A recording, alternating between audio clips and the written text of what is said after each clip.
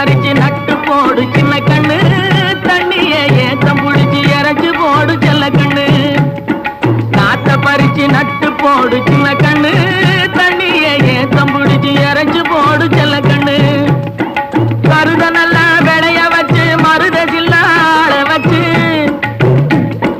கருத நல்லா விளைய வச்சு மருத சில்லாட வச்சு அறுத்து போடு களத்து மேட்டுல சின்ன கண்ணு.